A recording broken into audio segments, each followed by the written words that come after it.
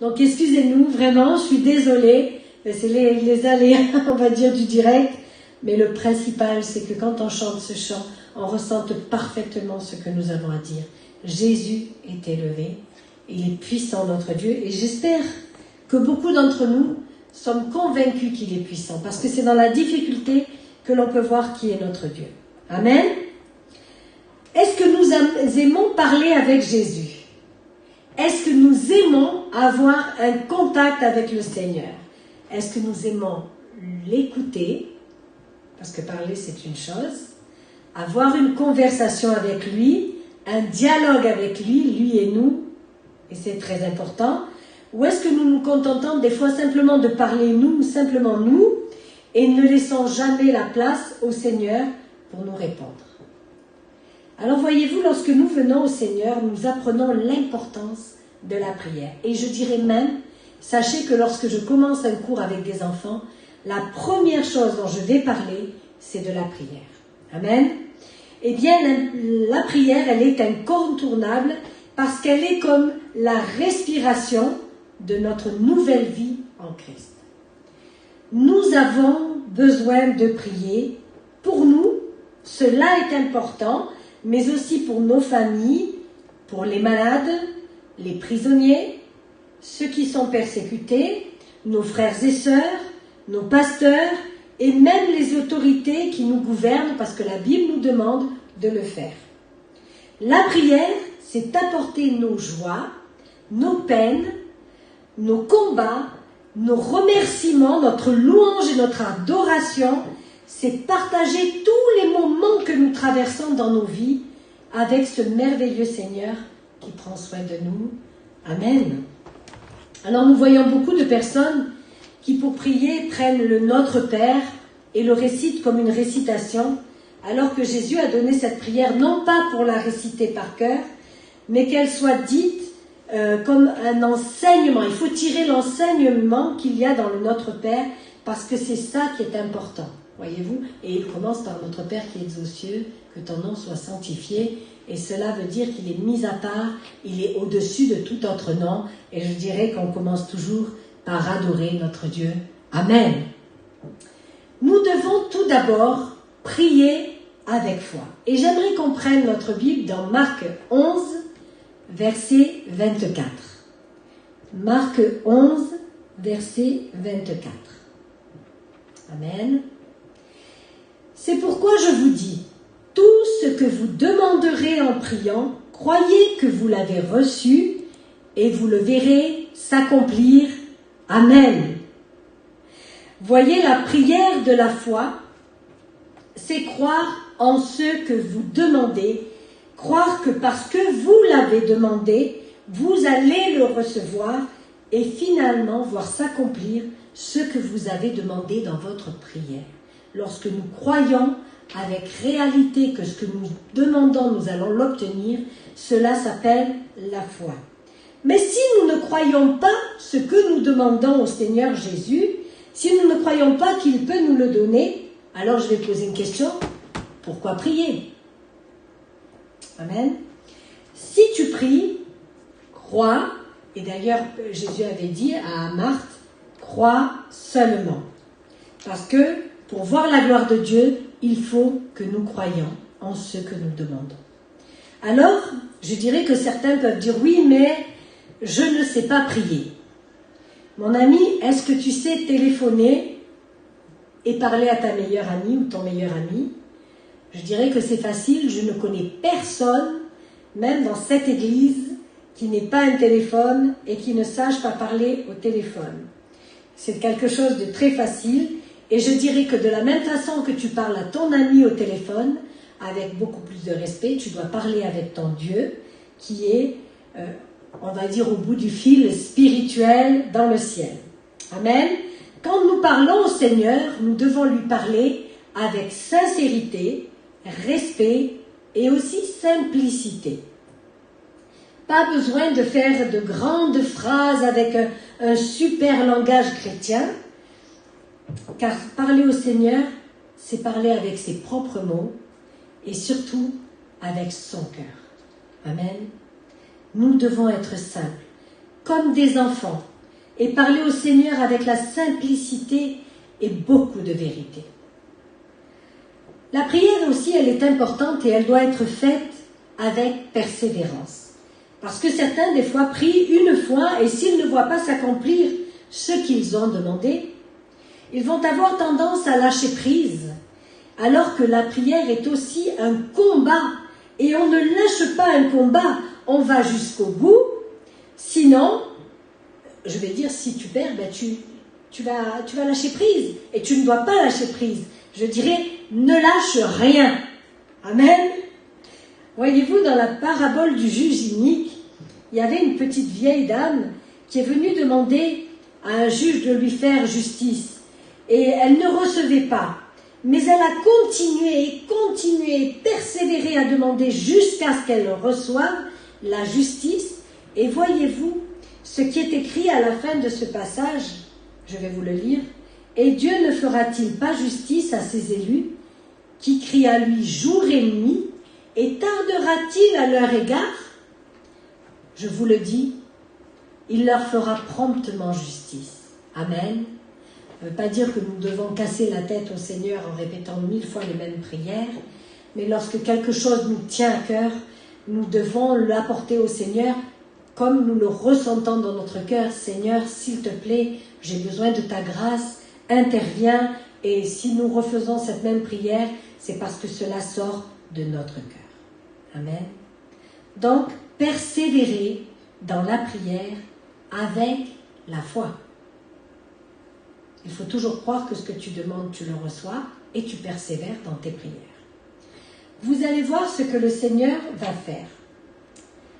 Lorsque vous priez, faites-le au nom de Jésus. Amen. Car Jean 15, verset 16 dit, « Ce n'est pas vous qui m'avez choisi, mais moi, je vous ai choisi et je vous ai établi afin que vous alliez et que vous portiez du fruit.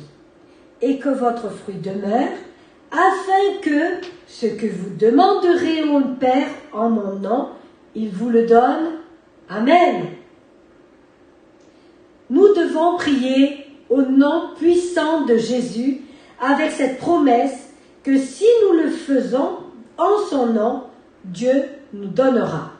Amen. Alors bien sûr, il ne faut pas que nous confondions tout, et je l'ai déjà dit des fois aux chrétiens de Carnoux. La prière, c'est pas parce que nous prions que automatiquement Dieu doit faire absolument tout ce que nous demandons.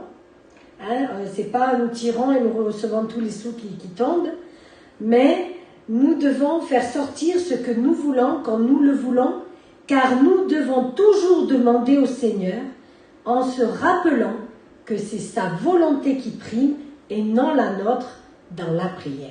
Amen. C'est pourquoi je pense aussi que la prière en langue est très importante, car lorsque nous prions avec nos propres mots, et ceux qui ont le baptême du Saint-Esprit, lorsqu'ils prient en langue, eh bien, il y a une puissance, et c'est Dieu lui-même qui intercède dans cette prière-là, en demandant avec la perfection du Seigneur ce dont nous avons besoin. Amen. Alors en effet, si nous commençons à dire « Seigneur, donne-moi ceci, donne-moi cela », et que ce n'est pas la volonté de Dieu, ne commençons pas à lever le poing. Amen. Il est important que nous ne levons pas le poing si nous ne recevons pas, mais nous devons réaliser que le Seigneur fera toujours le meilleur pour chacun de nous, alors laissons-le faire. Amen. Laisse Dieu faire sa volonté avant toute chose, et toi, suis-le. Nous vivons, et je l'ai dit la semaine dernière, avant tout pour la seule gloire de Dieu, et nous vivons aussi dans la confiance, car nous savons que Dieu a des projets extraordinaires pour nous, alors faisons-lui confiance. Nous aimons à prier ensemble, et cela est important. Car il est écrit, il persévérait dans la prière. Et ces temps-ci, nous persévérons dans la prière, et je voudrais vous dire que je vois certaines choses arriver, car le Seigneur est en train d'exaucer certaines de nos prières. Alors je ne vais pas donner plus de témoignages, mais il y a des prières que je fais depuis quelque temps, et je vois vraiment la grâce de Dieu intervenir, je vois la réponse exacte à ce que j'ai demandé au Seigneur, et loué soit son nom. Amen. Il y a plusieurs façons de prier. Seul, bien sûr, parce que si on prie qu'à l'église, ça ne va pas. Il y a seul, ensemble, chez nous, et aussi dans l'église. Amen. Car il est important de comprendre aussi dans l'église que Jésus a dit « Ma maison sera appelée une maison de prière ». Amen. Mais néanmoins, nous ne devons pas attendre d'être à l'église pour prier. Mais la prière, rappelez-vous, est comme la respiration sans laquelle aucun de nous ne peut vivre. Aussi, il est important de prier en tout temps et en tout lieu. Amen. Nous allons lire ensemble 1 Timothée 2, verset 8. 1 Timothée 2, verset 8. Amen.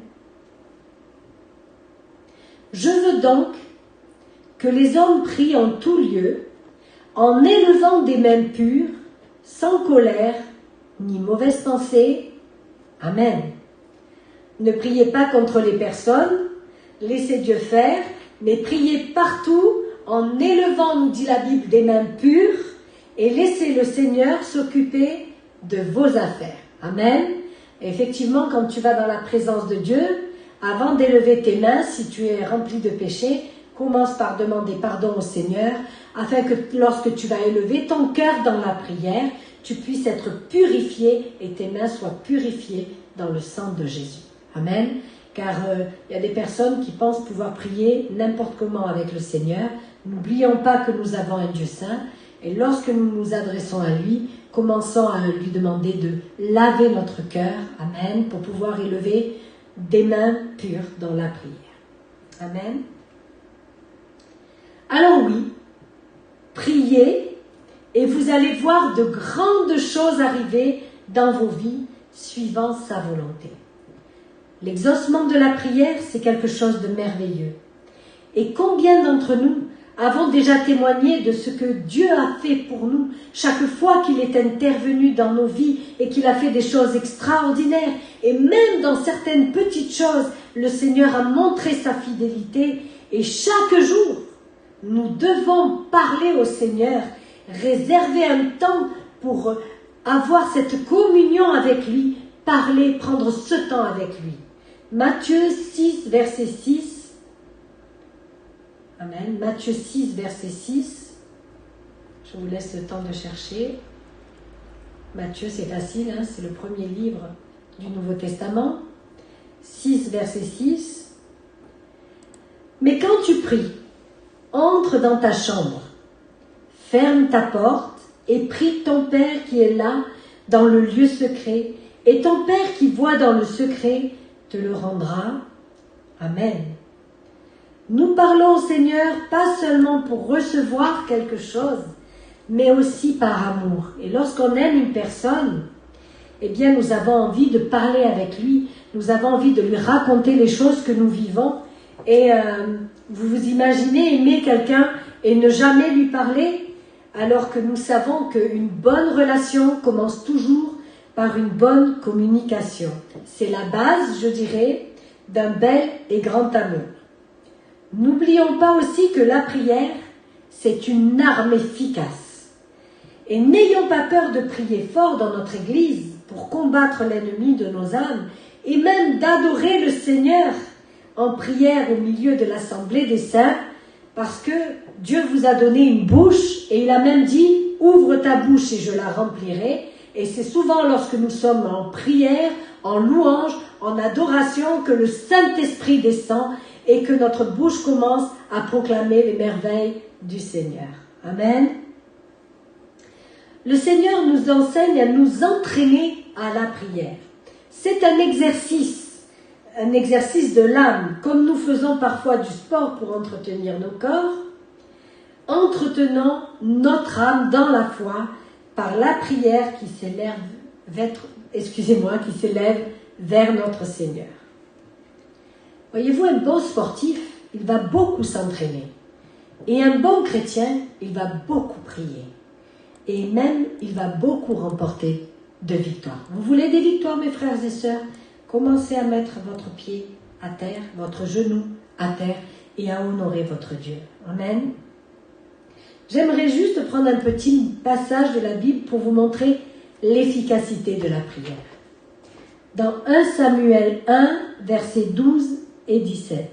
1 Samuel 1, versets 12 et 17. À 17. Amen. Comme elle restait longtemps en prière devant l'Éternel, Élie observa sa bouche. Anne parlait dans son cœur et ne faisait que remuer les lèvres, mais on n'entendait point sa voix. Élie pensa qu'elle était ivre et lui dit « Jusqu'à quand seras-tu dans l'ivresse? Fais passer ton vin. » Anne répondit « Non, mon Seigneur, je suis une femme qui souffre en son cœur et je n'ai bu ni vin ni boisson enivrante. Mais je répondais mon âme devant l'Éternel. Ne prends pas ta servante pour une femme pervertie, car c'est l'excès de ma douleur et de mon chagrin qui m'a fait parler jusqu'à présent. » Élie reprit la parole et dit « Va en paix, et que le Dieu d'Israël exauce la prière que tu lui as adressée. Amen. » Vous voyez, Anne voulait un enfant. Elle voulait cela de tout son cœur et elle a répandu son âme et son cœur devant le Seigneur. Et lorsqu'elle est partie, elle a reçu par la bouche du prophète Élie que sa prière était exaucée. Et en effet, l'année d'après, le petit Samuel, qui allait lui-même devenir un grand prophète, est venu au monde. Amen. Et c'est ça la prière. Nous nous adressons au Seigneur et la prière fait bouger le bras de Dieu et t'apporte ta grâce et ta bénédiction. C'est pourquoi il ne faut rien lâcher et continuer la prière. Cette semaine, je n'ai pas eu la grâce d'avoir été appelée avec les frères et sœurs pour prier. Donc il nous reste plus de temps maintenant. Nous sommes plus confinés à partir de demain. Amen. Mais par contre, nous n'avons pas encore le droit de nous réunir à plusieurs. Alors je vous propose de continuer ces temps de prière et je me tiens à votre disposition si vous voulez m'appeler. Alléluia. Donc, et pour finir, je dirais que la prière, c'est le poumon du chrétien. Sans poumon, pas de vie. Je n'ai jamais vu un homme vivre sans poumon. La prière se fait dans la foi et dans la volonté du Seigneur, en priorité. Elle se fait en tout lieu, dans notre chambre, mais aussi partout. Vous pouvez être dans votre voiture et commencer à louer votre Dieu.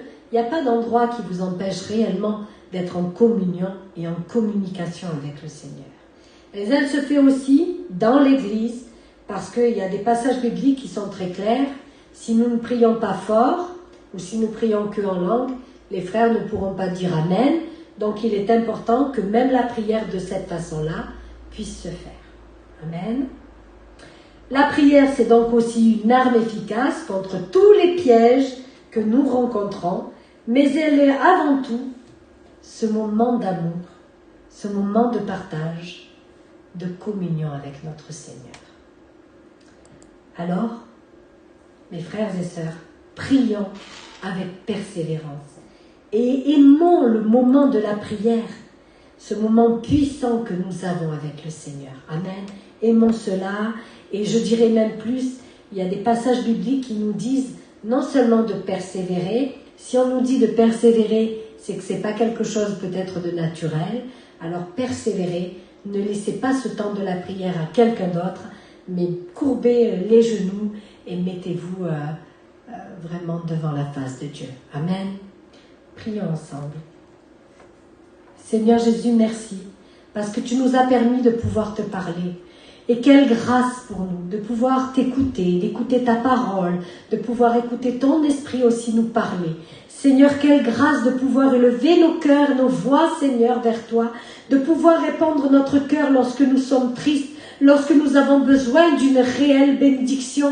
Et combien il est bon de dire les choses, Seigneur, avec simplicité, sincérité, sachant que du ciel, tu nous entends et c'est toi qui exauces nos prières. C'est toi qui apportes la bénédiction à tes enfants. Pour nous, c'est une grâce, une bénédiction.